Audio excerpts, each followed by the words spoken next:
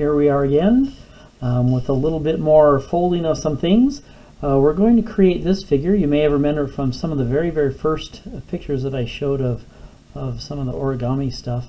And this one is a cool one. This one is a little bit of a different fold that we're going to be working with, but it's a very nice three-dimensional piece, and it stands really well like this. You see the back coming through there, but so it has a good look to it generally overall. So I've always liked this particular figure in folding it. We're going to start from this one. Yep, that's the kite base again, or crane base, that we're going to be working from. As you look at this one, notice there's one appendage there. It looks like we have some areas for 2 wings and a little bit for the tail. We got 4 pieces right there that we need to figure out how to get these 4 pieces into this shape that we have going here. So let's go ahead and do that. Like I said, we're going to start with the kite base, so make sure you fold that first before starting this video. If you haven't done so, go back and get to this stage so you can start your folding. Okay, so here's what I want you to do for this one. I want you to take the kite base, and you have these little pieces that are folded down, right? I want you to fold them up so they're about equal to each other, about like that. That's pretty cool, huh? And then what I want you to do is hold the papers right here pretty close in the middle, right? And so if we see where I'm grabbing this, just grabbing it in here about like that. So you kind of see what we're doing. And then if you hold that pretty tight, and then you slowly just pull this down like that, it will start to flatten out.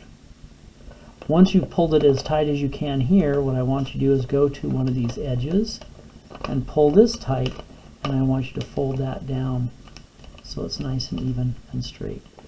This one over here, same thing, pull that down so it's out, and then fold it so it's nice and flat, kind of like that.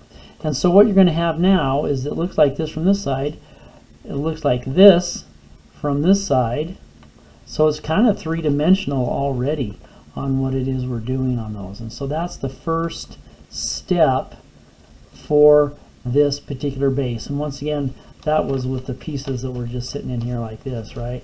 We took them and then we popped them and then we pulled them like that, creased out those sides here, flip it around, pull that out so it's tight like that, and then we have that shape. Okay, what I'd like you to do now is, this side over here is, I want you to fold it in half like that so it comes up. Okay, that's pretty smooth. And sometimes there might be some pieces down here that don't want to go that way. Okay, next, like I said, this is kind of some weird folding we're doing in here, but we're gonna work on it. And so I have it this side up, and then I'm just going to take those pieces in like this and run my fingers along the side until we come to the center, and I can pull those together like that. And what the shape will be is something like this. Not too bad. Okay, and so this should start to look kind of, oh, that's where you're getting that from. Okay, very good, very good. Now we see where we're going. That was the hardest part of this one, as far as getting those folds into the right place. Now for the neck, we need one side to be narrower than the other, and so we need to fold this edge so it's narrower for the sake of just making a crease so we know where to fold it. I want you to take this part here and fold it up to here, so something like that.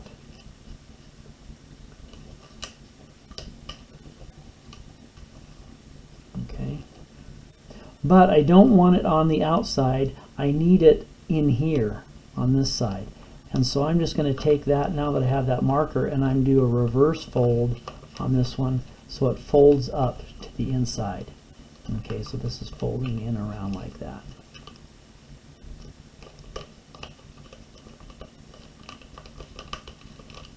So that's what we have on. What you're basically doing is, when you have it like this, if you have it open up flat, if you want to, you just take it here like that and fold it to the center.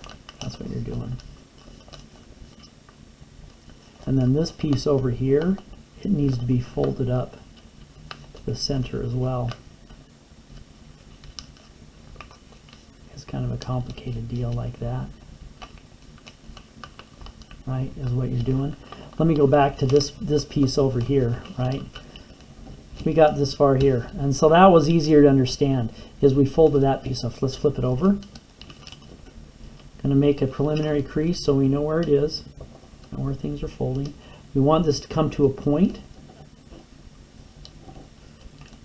So right along that line. A lot of times if there's an initial crease there, it's easier to fold it the other way.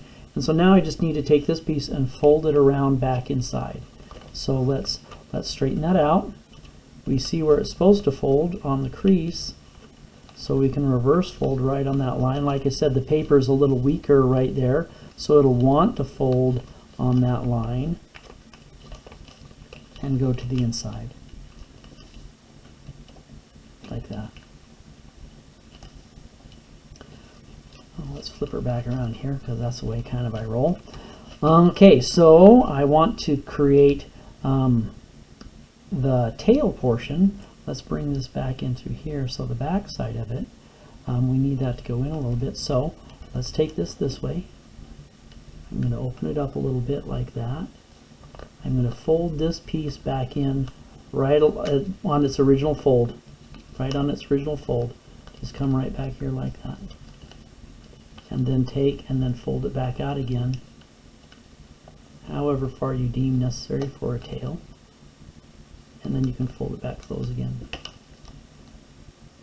So what we've done is we've taken this piece right here and we've pleated it and we put it inside like that. The method once again for making sure that that happens is open it up like this was flat, fold it in on the original crease line, and then fold it back out again, fold it closed. And that creates your tail. Now we need some wings. Wings would be good. And if we look at our original figure again that we have going here, the wings need to be pointed back this way a little bit. So I'm going to take and I'm going to make a fold that goes right about through here. Okay.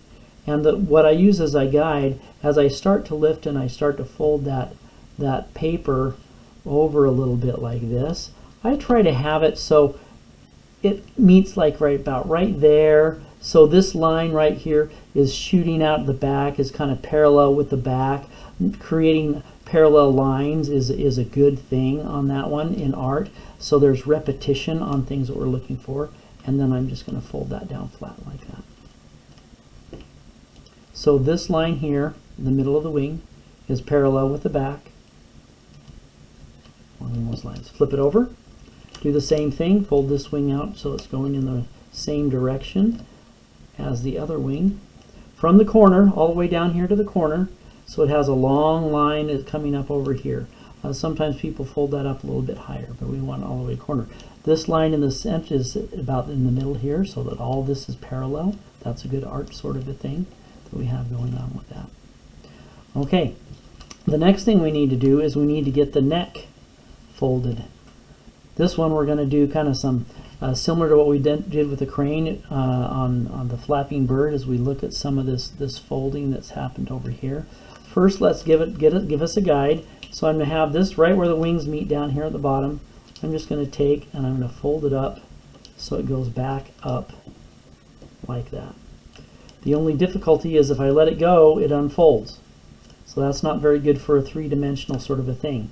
So what we need to do here is we need to fold it so it comes up like this on the outside. So let's do it this way. We now know where our crease is. I'm going to set it like this. I'm going to open it up a little bit, and you can see where those folds are supposed to be right here, right? This one is already folded in the right direction. This other one, just pop it a little bit like that, and so it starts to fold back. And then if I take and I just pull these sides together, it's going to kind of start to go back where we want. Now it doesn't do perfect. You see we have some pops in there, but we can just kind of take it like this, take our finger inside and push it along this edge, push it so it folds back that way. And then this fold down here at the bottom, where we just had it folded over, we now have it folded so it's equal on each side. And now it doesn't pop back out, it doesn't flop back out. Now we need to do the same thing for the head, is take this one and I need to fold it down in a direction like this. I find that as you're looking at it here, Once again, we have this line here, this line here, this bottom line right here, all parallel on those. And so fold it over, make a little bit of a crease. But once again, it kind of starts to want to open up like that and doesn't become a very good head for us on that one. So I'm going to go back here. I'm going to take this part. I'm going to start to open this up just a little bit. And just with my thumb, I can just take and I can pull this down so it folds over. It's going to fold right here on this line. And it's going to fold right over here on this one. This one is a reverse fold, like that. And then once we close it back together again, head kind of comes out of the side. Like that. Looks like he got his head up a little bit. That's okay.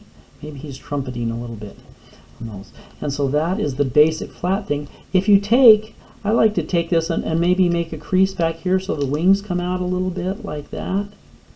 All right, and this other side, fold this so the wings kind of open up a little bit.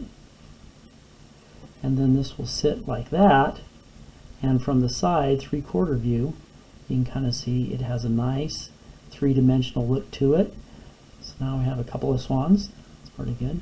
But this has a nice, real nice look to it with a three-dimensional sculpture, which is what we've been pursuing, is trying to make artwork that's three-dimensional. We've went for a couple of different ideas of things you can find around your home and other stuff in trying to create a three-dimensional artwork. And that's it, a swan in origami.